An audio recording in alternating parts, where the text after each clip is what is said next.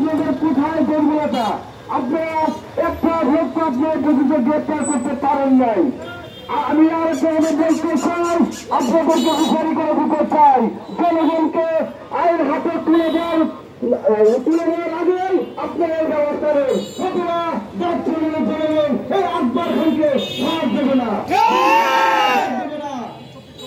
আগামী 4 দিন ঘন্টার মধ্যে যদি আপনারা একটা আগামী ঘন্টা না করেন, এর ফলকে আমরা সংখ্যা কর্মসূচি অনুষ্ঠানে যাবো। আমি আরেকটা কথা বলি, আকবর খান আপনার টাকা আপনাদের শেষ করবে।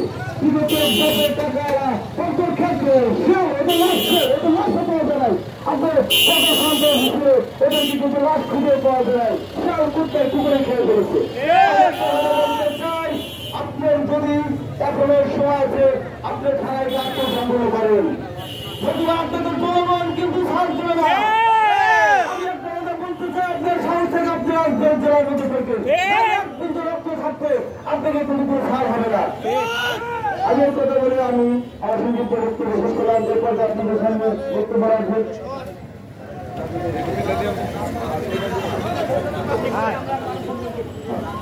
এখন আমাদের মাঝে এখন আপনাদের সামনে বক্তব্য রাখবে আমাদের শেখ ফাউন্ডেশনের চেয়ারম্যান জনাব ফারুক হোসেন, ফারুক শেখ, শেখ ফাউন্ডেশনের চেয়ারম্যান আমাদের সামনে কথা বলুন। হ্যাঁ, ভাই এদিকে একটু ঘুরে নিন। হ্যাঁ, ঠিক আছে।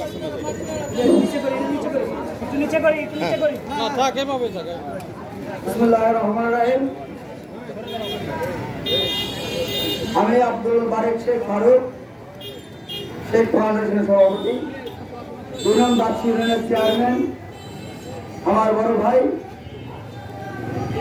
আজকে আমরা